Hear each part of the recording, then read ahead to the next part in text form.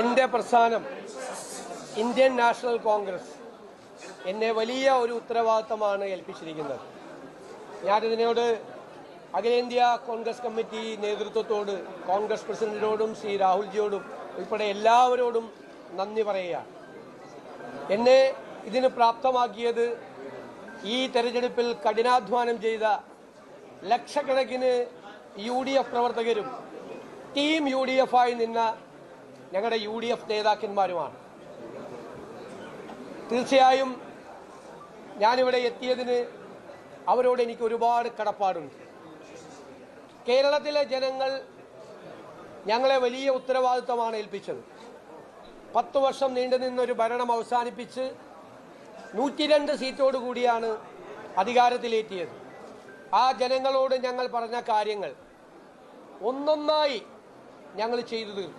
കഠിനാധ്വാനം ചെയ്ത് പൂർണ്ണമായ അർപ്പണബോധത്തോടെ ജനങ്ങളുടെ ജീവിത നിലവാരം ഉയർത്താൻ, കേരളത്തെ മാറ്റിയെടുക്കാൻ, പുതിയ ഒരു കേരളത്തെ സൃഷ്ടിക്കാൻ, ഒരു പുതുയുഗത്തിന് തുടക്കമിടാൻ ഞങ്ങൾ എല്ലാവരും ചേർന്ന് കഠിനാധ്വാനം ചെയ്യും.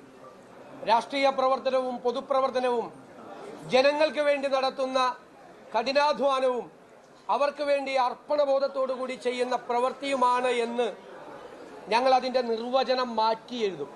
പൊതുപ്രവർത്തനത്തിൻ്റെയും രാഷ്ട്രീയ പ്രവർത്തനത്തിൻ്റെയും നിർവചനം അതായിരിക്കുമെന്ന് മാറ്റി എഴുതും. ഇതൊരു ദൈവികമായ നിയോഗമായി ഞാൻ കാണുന്നു. വ്യക്തിപരമായി കിട്ടിയ ഒരു കാര്യമായിട്ടല്ല കാണുന്നത്. അതിനെ സഹായിച്ച ഒരുപാട് ആളുകളുണ്ട്. ഈ വലിയ വിജയത്തിന് ഞങ്ങളെ സഹായിച്ചത്, ഏറ്റവും കൂടുതൽ സഹായിച്ചത് AICC ആണ്.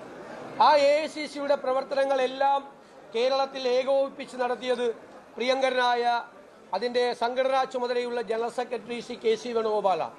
ഓരോ ദിവസവും ഓരോ കാര്യവും ഞങ്ങളോട് ചോദിച്ച് എല്ലാ കാര്യങ്ങൾക്കും അദ്ദേഹത്തിൻ്റെ പിന്തുണ നൽകിയിട്ടുണ്ട്.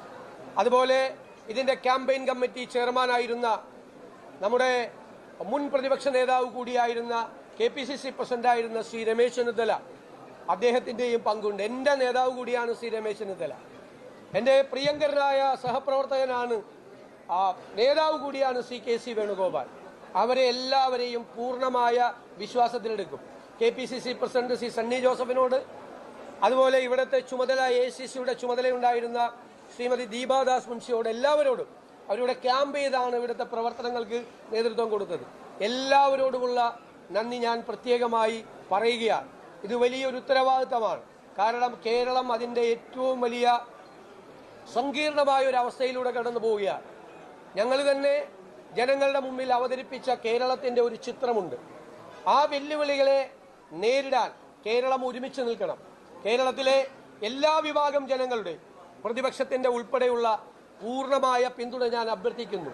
നമ്മുടെ കേരളത്തെ നമുക്ക് രക്ഷിച്ചെടുക്കാൻ, പുതിയ കേരളത്തെ സൃഷ്ടിക്കാൻ എല്ലാവരും ചേർന്നുള്ള പ്രവർത്തനത്തിന് മാത്രമേ കഴിയുകയുള്ളൂ. നല്ല ഒരു ടീം ഉണ്ടാകണം.